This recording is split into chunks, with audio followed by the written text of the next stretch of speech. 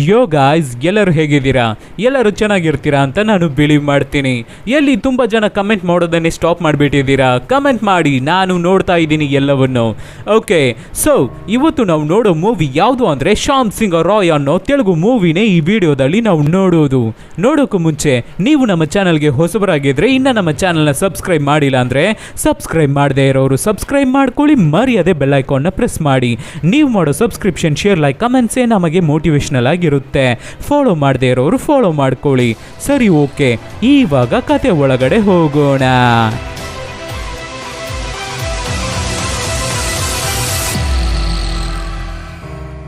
Opening scene ನಲ್ಲಿ ಒಬ್ಬ ಹುಡುಗ ಟೆರಸ್ ಅಲ್ಲಿ ಮಲ್ಗಿ ನಿದ್ದೆ ಮಾಡ್ತಾ ಇದ್ದಾನೆ.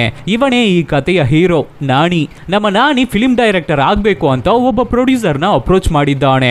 ಆ ಪ್ರೊಡ್ಯೂಸರು ಫಸ್ಟ್ ಒಂದು ಶಾರ್ಟ್ ಫಿಲ್ಮ್ ನ ಮಾಡ್ಕೊಂಡು ಬಂದು ತೋರ್ಸು, ಚೆನ್ನಾಗಿದ್ರೆ ನೆಕ್ಸ್ಟ್ ಮೂವಿ ಪ್ರಾಜೆಕ್ಟ್ ಮಾಡೋಣ, ನಾನೇ ಪ್ರೊಡ್ಯೂಸರ್ ಆಗ್ತೀನಿ ಅಂತ ಹೇಳಿರ್ತಾರೆ. ಅದಕ್ಕೆ ನಾನಿ ಶಾರ್ಟ್ ಫಿಲ್ಮ್ ಸ್ಟೋರಿನೆಲ್ಲ ರೆಡಿ ಮಾಡಾಯ್ತು. ಆದ್ರೆ ಆಕ್ಟ್ ಮಾಡೋಕೆ ಹುಡುಗಿ ಸಿಗ್ತಾ ಇಲ್ಲ. ಸ್ಟೋರಿ ಒಂದು ಹುಡುಗಿಯ ಲೈಫ್ ಸ್ಟ್ರಗ್ಲಿಂಗ್ ಸಬ್ಜೆಕ್ಟ್.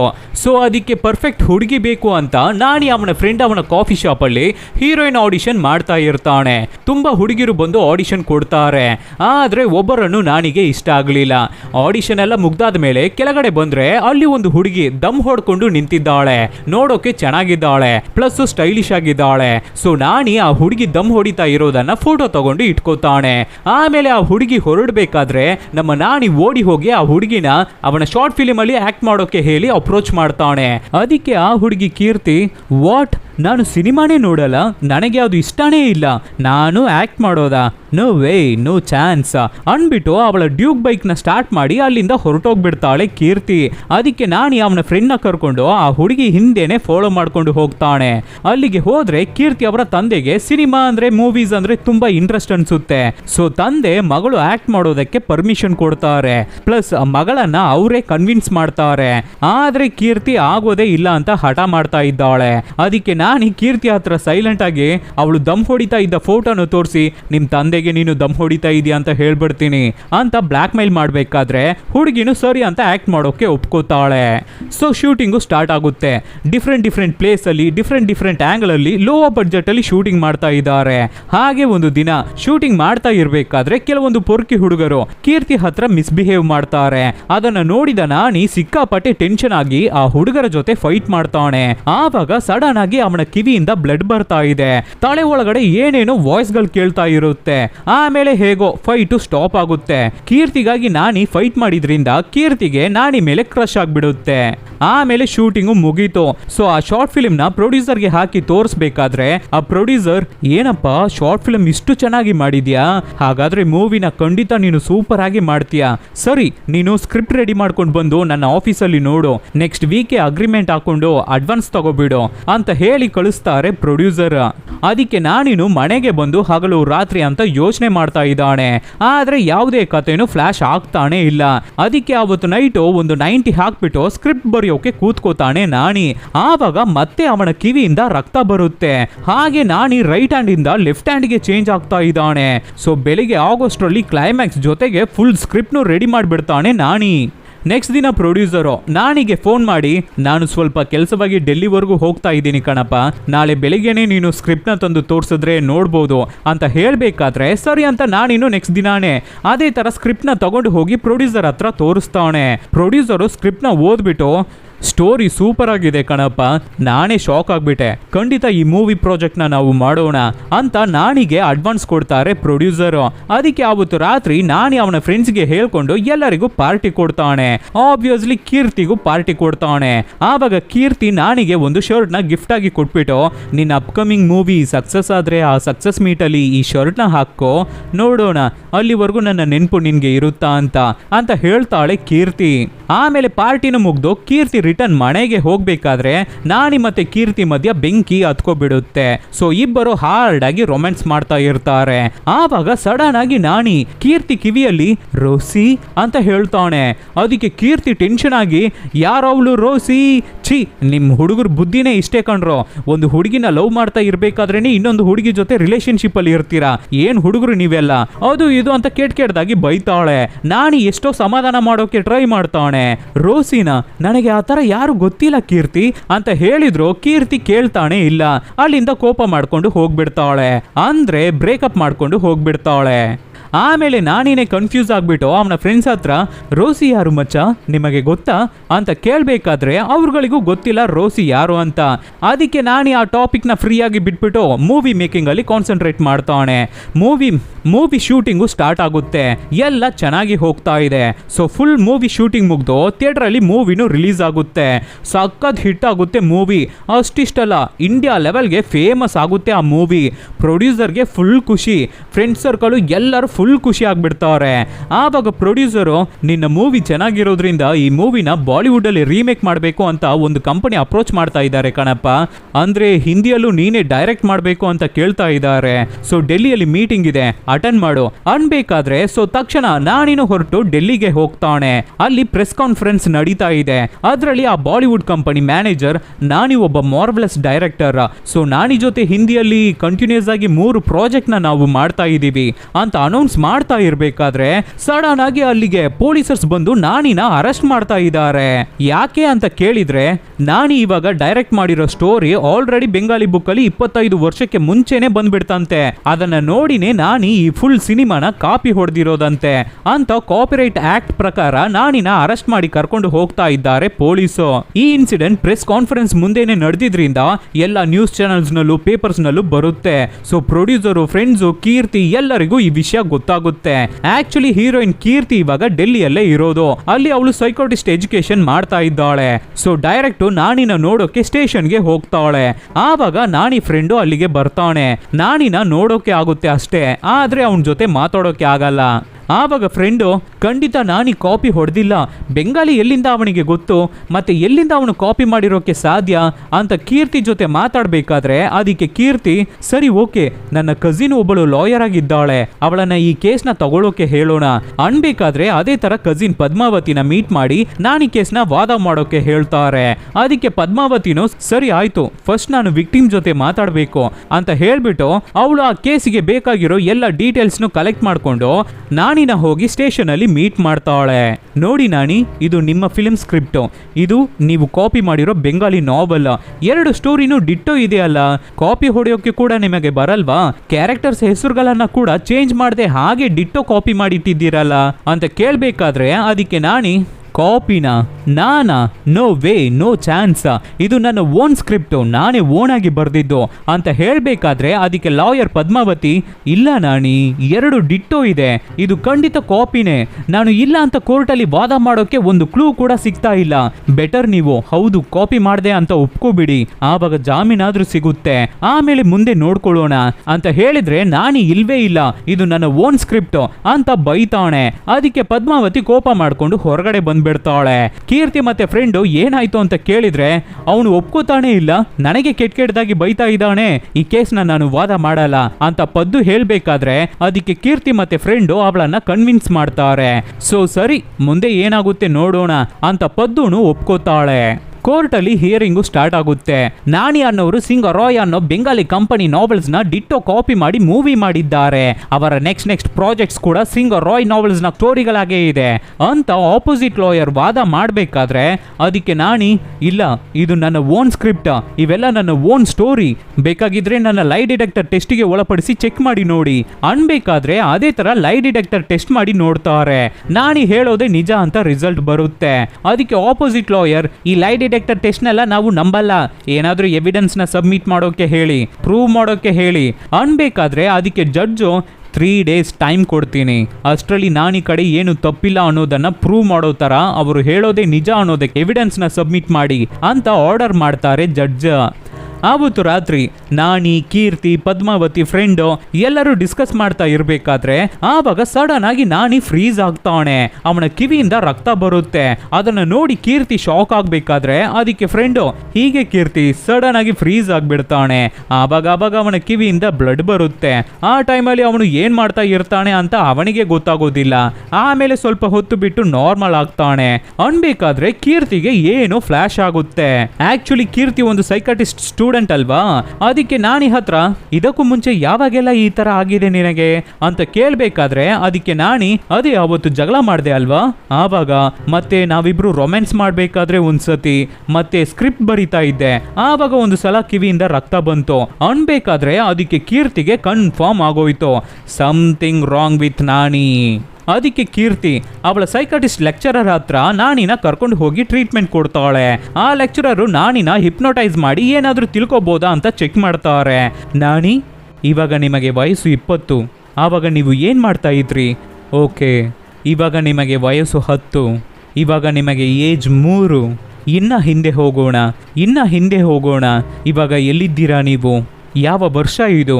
ನಿಮ್ಮ ಹೆಸರೇನು ಅಂತ ಕೇಳಬೇಕಾದ್ರೆ ಇದು ಬೆಂಗಾಲ್, ನಮ್ಮ ಊರು, 1977, ನನ್ನ ಹೆಸರು ಶ್ಯಾಮ್ ಸಿಂಗರ್ ರಾಯ್ ಅಂತ ಫ್ಲ್ಯಾಶ್ ಬ್ಯಾಕ್ನ ಹೇಳೋಕೆ ಸ್ಟಾರ್ಟ್ ಮಾಡ್ತಾನೆ ನಾಣಿ. 1977 ವೆಸ್ಟ್ ಬೆಂಗಾಲ್. ಒಂದು ದಿನ ಆ ಊರಲ್ಲಿರೋ ಬಾವಿಯಲ್ಲಿ ನೀರು ತಗೊಳ್ಳೋದಕ್ಕಾಗಿ ಬಡವ ಜನರು ಕಾಯ್ತಾ ಇದ್ದಾರೆ. ಹಾಗೆ ಕಾಯ್ತಾ ಇರ್ಬೇಕಾದ್ರೆ ಅಲ್ಲಿರೋ ಸಾಹುಕಾರರು ಬಿಡಲ್ಲ ಅಂತ ಹೇಳ್ತಾ ಇದ್ದಾರೆ. ಆವಾಗ ಶ್ಯಾಮ್ ಸಿಂಗ್ ರಾಯ್, ನೀರಲ್ಲಿ ಏನ್ರೋ ಬಡವರು ಸಾಹುಕಾರರು, ಎಲ್ಲರಿಗೂ ನೀರು ಸಮ ಅನ್ನೋ ತರ ಡೈಲಾಗ್ ಹೊಡೆದು ಒಬ್ಬ ಬಡವನ್ನ ಎತ್ತಿ ಬಾವಿಗೆ ಹಾಕ್ಬಿಟ್ಟು, ಇವಾಗ ಬಡವ ಬಾವಿಗೆ ಬಿದ್ಬಿಟ್ಟ, ನೀರು ಅವನಿಗೆ ಸೇರಿದ್ದು, ನಿನಗೆ ನೀರು ಬೇಕು ಅಂದ್ರೆ ಇದೇ ನೀರನ್ನ ತಗೊಂಡು ಕುಡಿ, ಇಲ್ಲ ನೀರಿಲ್ದೆ ಸಾಯಿರಿ ಅಂತ ಮಾತಾಡಿಬಿಟ್ಟು ಮನೆಗೆ ಹೋಗ್ತಾನೆ ಶ್ಯಾಮ್ ಸಿಂಗ್ ರಾಯ್ಗೆ 3 ಅಣ್ಣಂದಿರು ಇದ್ದಾರೆ. ಇವನೇ ಕೊನೆ ಮಗ. ಆ ಊರಲ್ಲಿರೋ ಜಮೀನ್ದಾರ್ ಕುಟುಂಬವನ್ನು ಸೇರಿದವನು ನಮ್ಮ ಶ್ಯಾಮ. ತಂದೆ ಬೆಂಗಾಳಿ, ತಾಯಿ ಕನ್ನಡತಿ. ಸೊ ಶ್ಯಾಮ್ ಸಿಂಗ್ ರಾಯ್ಗೆ ಕನ್ನಡನೂ ಬರುತ್ತೆ, ಬೆಂಗಾಳಿನೂ ಬರುತ್ತೆ. ಮತ್ತೆ ದೊಡ್ಡ ಅಣ್ಣಂದಿರು ಇಬ್ಬರುವೆ ಕ್ಯಾಸ್ಟು ಜಮೀನು ಅಂತ ಸ್ಟ್ರಿಕ್ಟ್ ಆಗಿ ಇರೋರು. 3ನೇ ಅಣ್ಣ ತುಂಬಾನೇ soft character. Shyama schedule caste ಜನರಿಗಾಗಿ ಹೋರಾಟ ಮಾಡೋನು.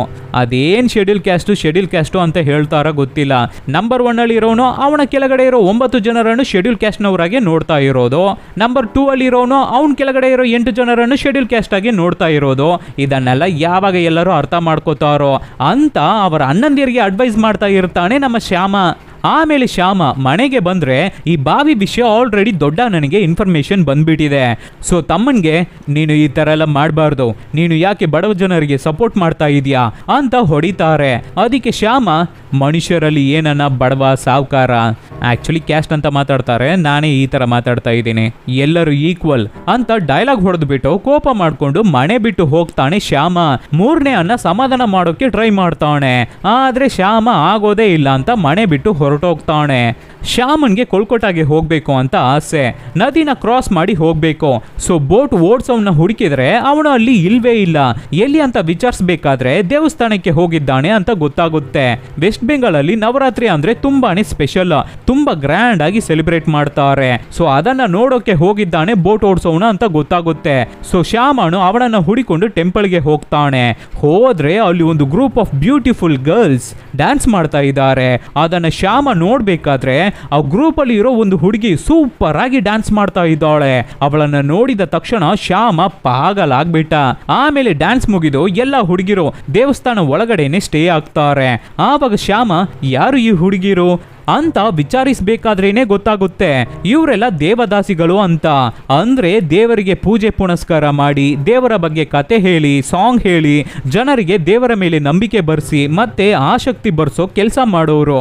ಸೊ ದೇವರಿಗೆ ಮಾತ್ರನೇ ಈ ಹುಡುಗಿರು ಸ್ವಂತ. ಹೀಗಿರ್ಬೇಕಾದ್ರೆ ಶ್ಯಾಮ ಆ ಹುಡುಗಿನ ನೋಡಿ ಇಂಪ್ರೆಸ್ ಆಗಿದ್ರಿಂದ ಅವನು ಮತ್ತೆ ಆ ಊರಲ್ಲೇ ಸ್ಟೇ ಆಗ್ತಾನೆ.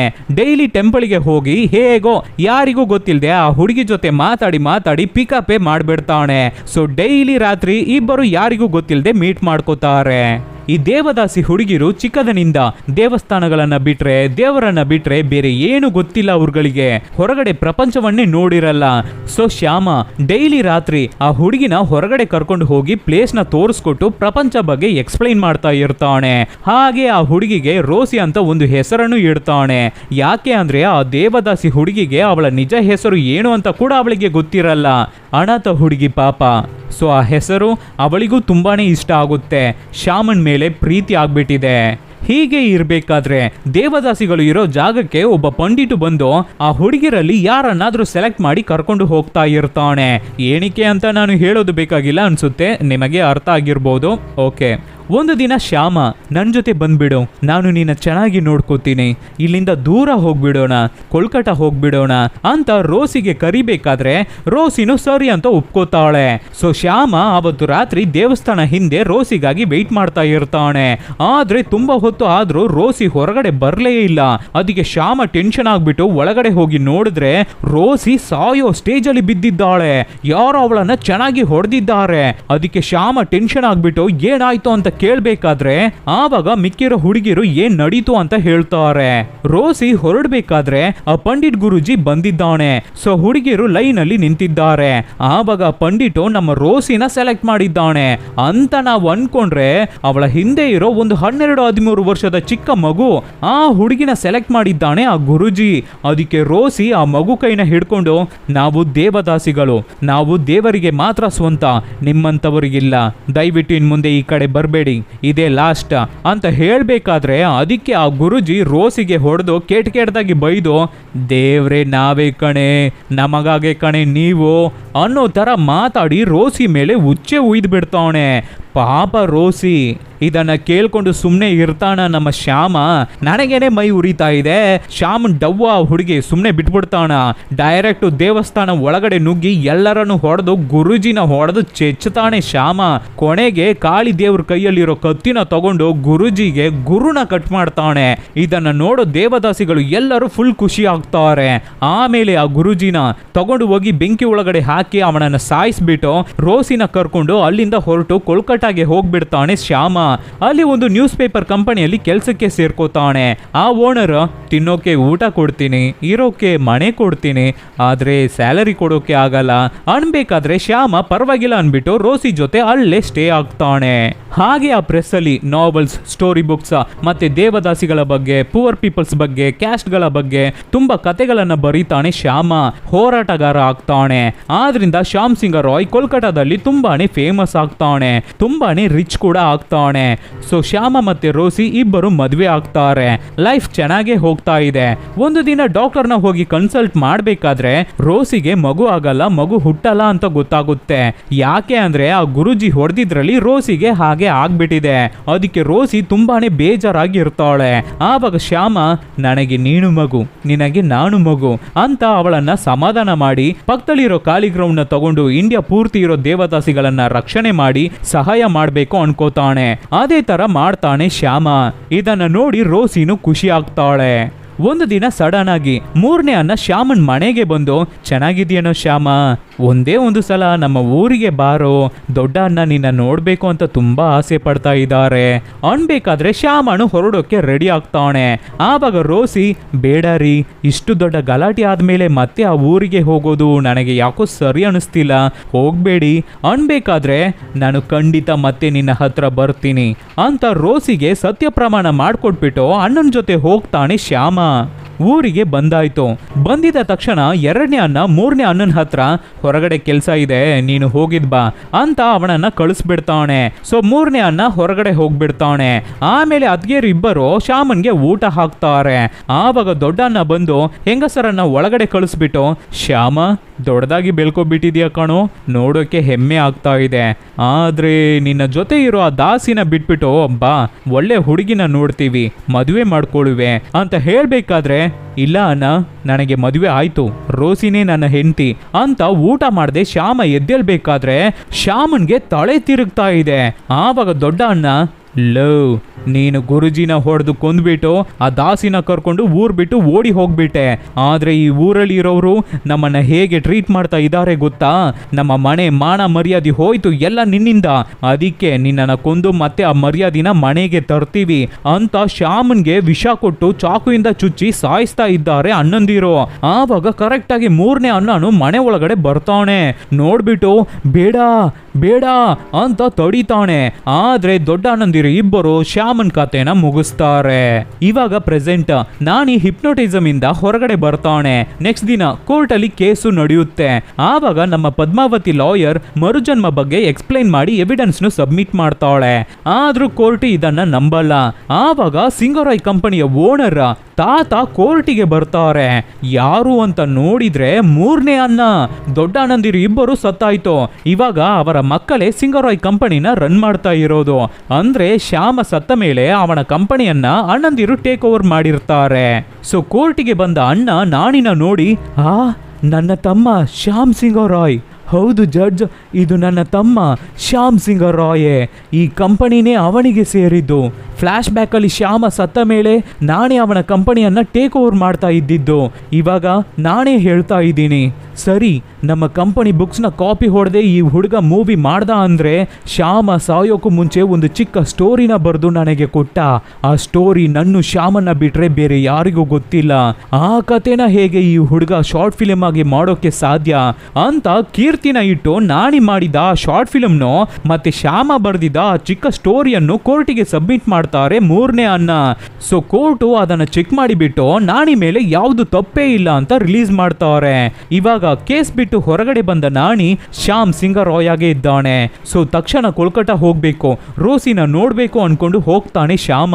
ಅಲ್ಲಿಗೆ ಹೋಗಿ ಹುಡುಕಿದರೆ ರೋಸಿ ಇಲ್ವೇ ಇಲ್ಲ. ಆ ಜಾಗನೇ ಹಳೆ ಕಾಲದ ಬಿಲ್ಡಿಂಗ್ ಆಗ್ಬಿಟ್ಟಿದೆ.